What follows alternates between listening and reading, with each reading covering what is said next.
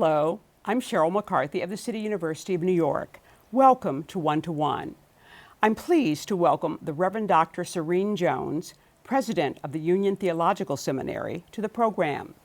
She came to Union after 17 years at Yale University's Divinity School, and she's the first woman dean of the seminary. So what exactly does one teach at a Protestant Christian Interdenominational Theological Seminary in 2017? What are you preparing your students to do? What does it mean to be a Christian leader in this day and time? And how has the seminary's mission changed since it was founded in 1836? Welcome. Thank you, Sheryl. It's great to be here this morning. According to your website, Union was founded in 1836 to train a Christian ministry to respond to the needs of the city. So what's the mission of an interdenominational Protestant Christian Theological Seminary in 2017? So what's interesting is how much it's changed, but also how much it stayed the same. Union was started by a group of pastors, some of them from New Haven, some of them further south from Princeton, who had decided in the early 1820s that you couldn't train people to be ministers of God in the world if they were learning in the quiet of the countryside. So they came to New York, they set up a tent, they literally set up a tent on the docks of New York City, which was a thriving metropolis, and started teaching people how to be ministers to immigrant communities. And that was the birth of the school. It was started just days after the fire destroyed New York in the 30s. And since that day, it has been a school that has been on fire for its ministry in the world. Still burning. It's still burning. Oh my Okay. goodness, on fire. I can think of maybe three things that you can tell me that you're about. One, I would think to train religious scholars for colleges and university teaching, to train ministers to head Protestant congregations, and also to train people with a Christian background for service to society, prisons, the elderly, military, police department. Is that pretty much what you're doing, or is it even bigger than that? Yeah. Well, today what's changed quite significantly from the start is that, yes, we're still preparing Christian ministers to do exactly what you said, but now we're not just Protestant. We have a number of Catholic students, including the dean of our school is Roman Catholic. Some of our founders would be rolling over their graves that we took that big step to be both Protestant and Catholic. We've taken even bigger steps in recent years. We have a program now for Buddhists who can get a degree that prepares them for chaplaincy. And also, in the last 5 years, we've started a program in Islam for Muslim students who want to get degrees that allow them to be chaplains. Okay. And the most amazing thing is a good third of our student body in each incoming class are people who are showing up with no background in anything. They are coming because they're what are called the spiritual but not religious. Lots of millennials like that who come to a place like Union because they're interested in spiritual questions, meaning of life, social justice, but they don't know what they're going to do. So you're actually preparing people for the ministry in Buddhism and Islam? Yes. Okay, because I know you have a wide panoply of courses in religions outside the Christian religion, but I thought it was just to prepare more well-rounded and knowledgeable Christian ministers. And it does that. It most certainly makes the Christian students more knowledgeable. But if you are a Buddhist or a Muslim and you come to Union, you can get the degree that you need to become a chaplain in a university, in a hospital, in a prison. You can actually get certified to do that. Very interesting. So how many students do you have? We have about 300 in all different phases of their degree programs. And these are mostly graduate students? They're all graduate students. They're all graduate students. And I would think that the Master of Divinity would be the most popular degree? Yes, that's the core one that you take if you want to go into Christian ministry. Okay, but there's also Doctor of Divinity? Yes. Okay. How many students do you graduate each year? About 100. Okay, okay. Has that number been going up or down or staying the same? So it has gone down since the peak of Union's student body in the late 1950s, which was also the peak of Protestantism in the United States in terms of number of people going to church. And at its peak, it had about 600 students. It has, in one sense, followed the decline of the mainline churches in the United States. We did at one point about 15 years ago get down to under 100 students. So over the last 10 years, that number has grown. Okay. So in that sense, we're bucking the trend. Okay. Are fewer Americans saying that they're not aligned to any faith? You got it. You got it. It's a really long-standing now for the past 50 years, really, steady decline of the number of Americans who claim to be Christian and to go to church and to manifest that in their daily practices. When they do these studies, they measure all these different indicators. And the fastest growing, if it was a denomination would be the unaffiliated. Those who claim to believe in God may or may not, in the course of a year, grace the door of a church, but don't want to say, hands down, I believe in this kind of God. I believe in this kind of God. Okay, okay. So what backgrounds do your students come from? Tell me about the demographics of your students. So imagine the levels of religious diversity we have now, and add into that the fact that we have students coming straight out of undergraduate with religious studies or political science degrees, as well as students who are in their 50s or 60s and who have had very productive careers and are coming back to retool because they want to give back to society. They want to do something meaningful. We also have incredible racial and ethnic diversity. We have international students who are coming from China, India, Africa, South America, as well as within the United States. We have racial and ethnic diversity that's unparalleled really by any seminary in the country. Of course, that's partly because we're in New York City, right, the faith capital of the world. How about gender? And gender, so it varies slightly from year to year, but it's 50-50. Oh, really? This year, for instance, we have 65% of the entering class for women. Oh, wow. Last year it was 48%, so it goes back and forth, but okay, the presence of women there is really strong. We also have a very healthy number of LGBTQ students, many of whom come from denominations where they can't be ordained, but find at Union a school where they can be supported and formed as ministers despite their religious community's opposition. You know, for many, many years, there were almost no women who headed churches because their denomination did not allow it. Yeah. Has that? I know that has changed, you know, somewhat. You have, you know, but how is it? If you had to talk about the status of women in the ministry, you could probably go on, but I could. Well, that's a whole program. Tell me about that. Well, of course, the Roman Catholic women, who our dean is Roman Catholic, our professors are Roman Catholic. They still cannot get ordained. But even more than that, it's a shocking number of denominations in this country still do not ordain women, including most of the evangelical denominations. How about Baptist, where I came from? You see Baptist women who can read the scriptures, but almost none who had churches. Yes, that is still the case. In Southern Baptist, none. And in National Baptist, Progressive Baptist, it depends on where you are in the country, if you might find one or two women in those churches. In those denominations that do allow women to be ordained, we've seen an exponential growth in the number of them getting congregations and taking up really strong ministries. What denominations would those be? Presbyterian, United Church of Christ, Methodist, Christian Church Disciples of Christ, Lutheran, sort of regular list of mainline Protestant denominations. But they are also, the women who are getting churches are hitting what we call the stained glass ceiling. They are having a very hard time getting placements in the larger churches. Right. They're given a rural parish where they're responsible for maybe 4 churches in a 20-mile square radius. Which or churches that are really struggling. Struggling churches, yeah. Yeah. So.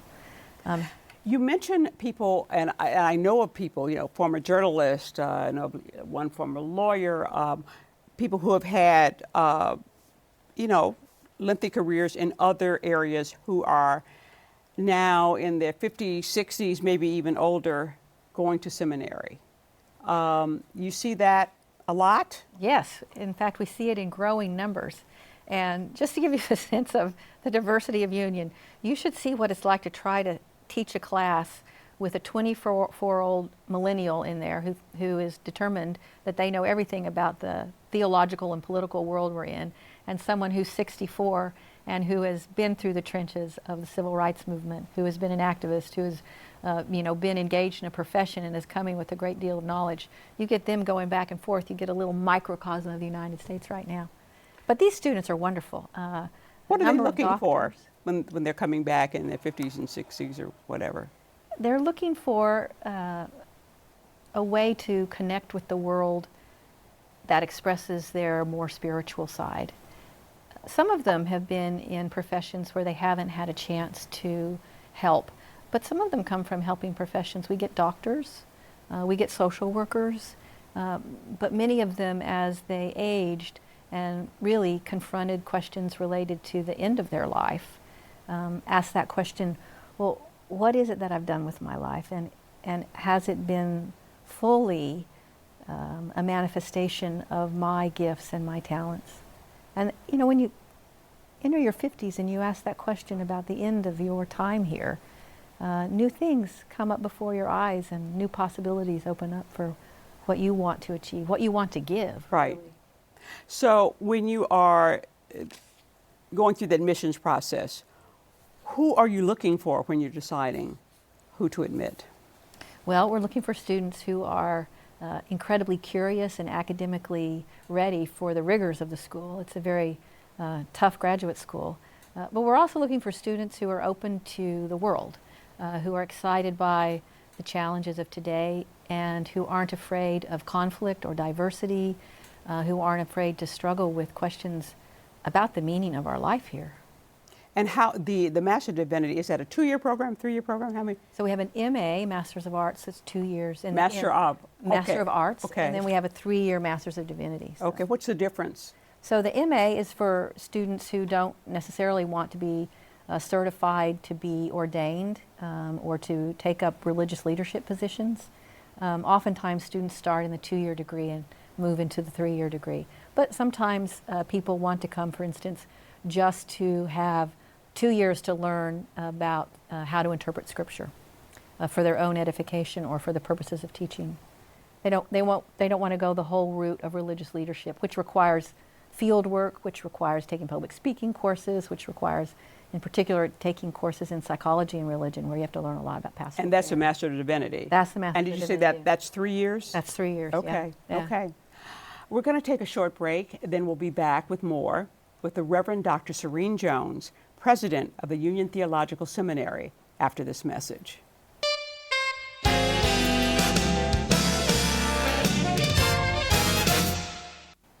Welcome back to One to One. I'm Sheryl McCarthy of the City University of New York, and I'm talking with the Reverend Dr. Serene Jones, President of the Union Theological Seminary. What percentage of your graduates go on to head churches? And has it become harder for those who are interested in Christian ministry to find a church to pastor?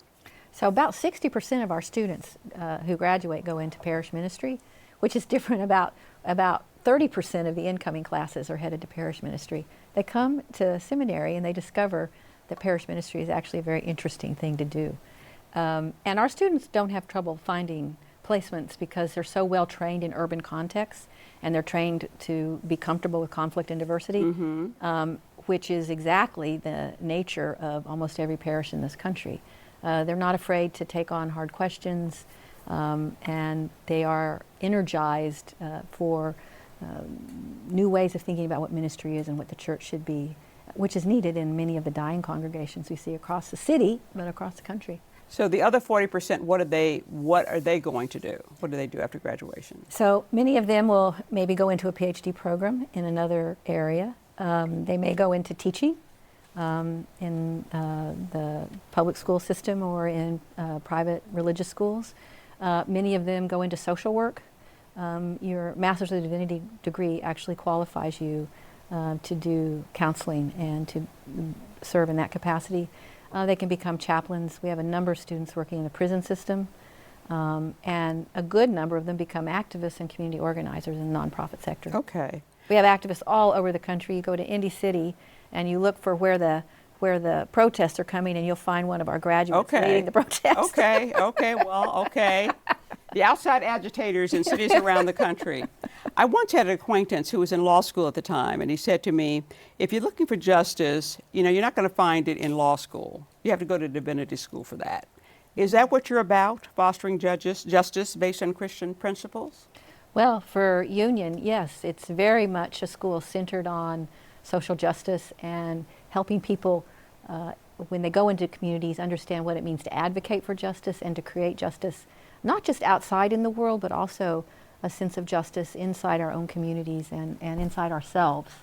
And that's a hard lesson to learn because in today's world, we are not taught what it means to care about others in a deep way that's not just on the surface trying to be nice, but actually to realize that your own existence depends upon the well-being of others. Mm-hmm. So in a way, we're extremely countercultural in that we're trying to ground students in a basic love for and care about their fellow human beings. Is this mission of being activists for justice, is that sort of unique to, I'm sure there are other seminaries who do that, but I don't know if the typical, Lutheran or Baptist or seminary, do they teach that as well, or is it really something? So in most of the mainline seminaries and divinity schools, it would be part of the curriculum, but it wouldn't be as central as it is at Union. Okay.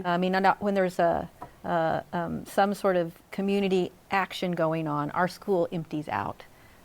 Other schools may have, a handful of students who leave to go join the protest. Well, it must be a march in Washington. Yes, like where's everybody today? I was looking through your course catalog, and your offerings are very extensive, very broad.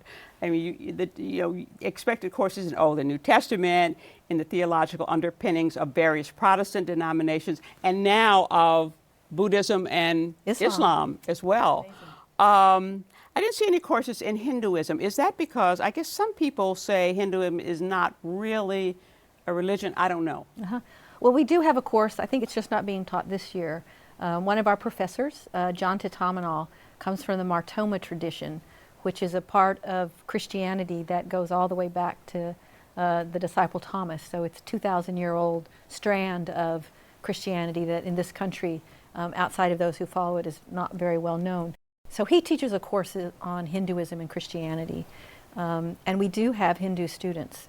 It is not yet a central part of our curriculum, and whether or not that has to do with what one thinks about Hinduism as a religion, as compared to Buddhism and Islam, is probably part of that. I think it's also just tooling up for what it means to teach Hinduism, and the kind of language requirements involved in doing that is so different than what we have with Buddhism and Islam. You do offer courses in Hebrew and Greek. Are these required courses for? For many people going into the ministry, their churches will require it, yeah. Right, okay. Yeah. Because the early Bibles were in, I guess, Hebrew, Greek, yes. Aramaic? Aramaic, okay. Yeah. Okay. Yeah. So for someone who's studying for a Master of Divinity degree, what would his academic program consist of? So you would come in and you would start off right off the bat.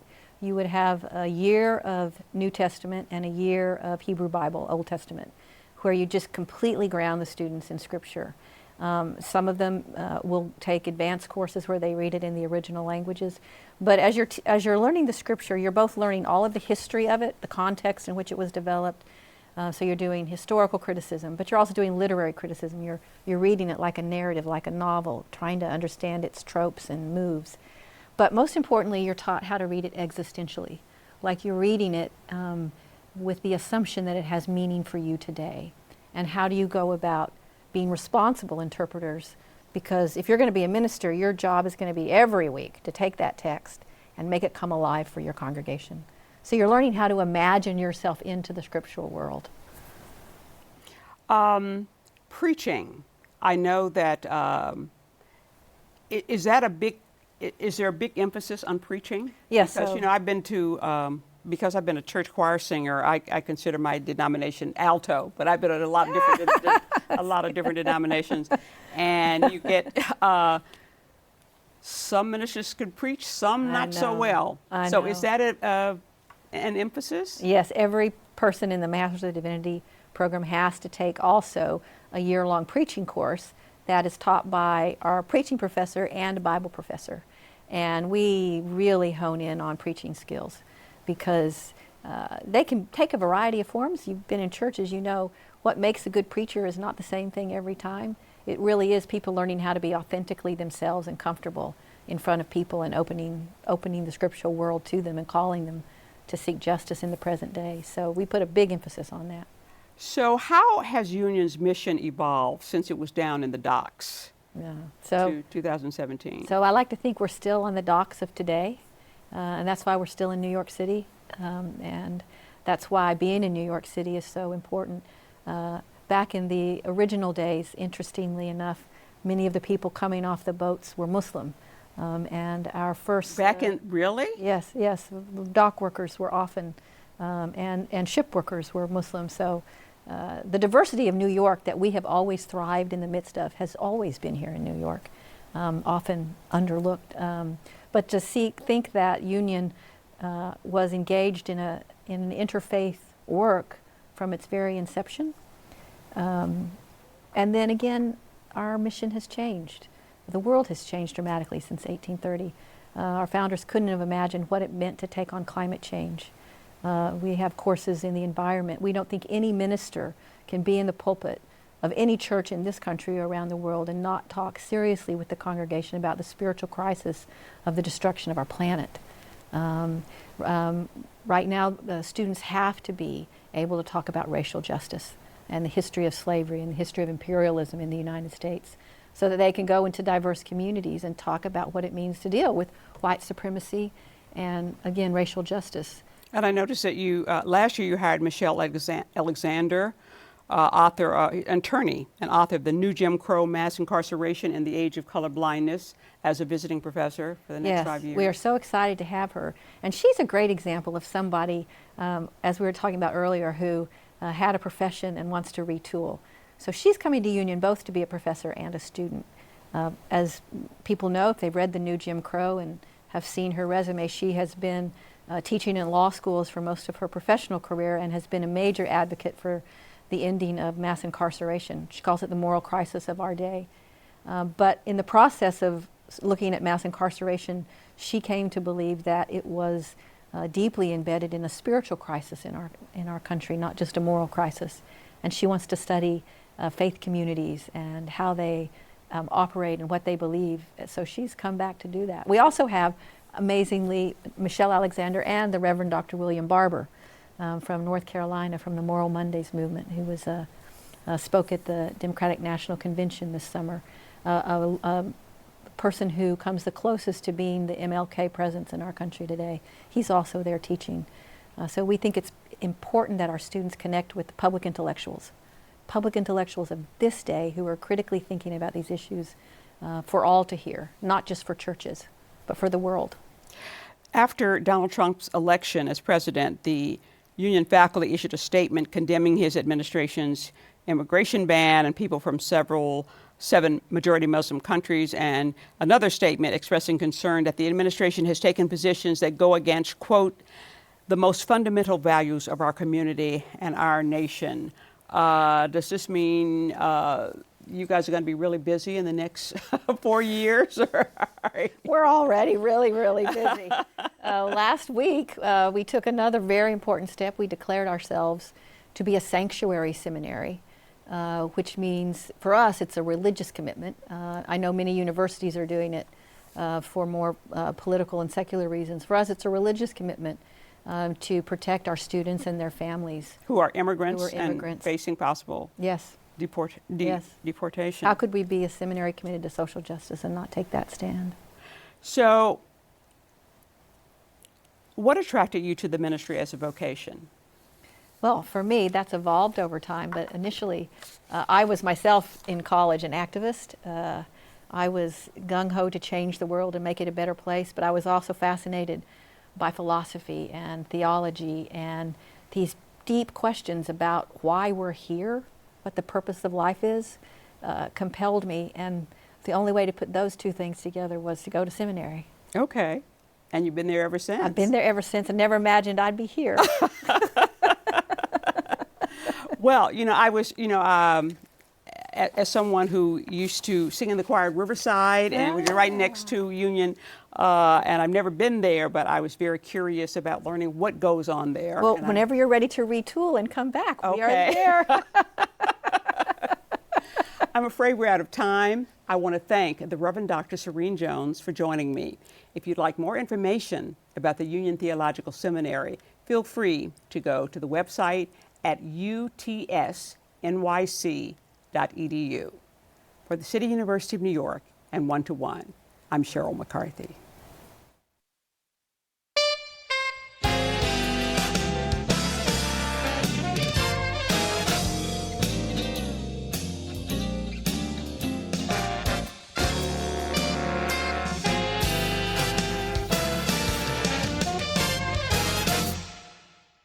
If there are any people you'd like to hear from or topics you'd like us to explore, please let us know. You can write to me at CUNY TV, 365 Fifth Avenue, New York, New York, 10016, or you can go to the website at cuny.tv and click on Contact Us. I look forward to hearing from you.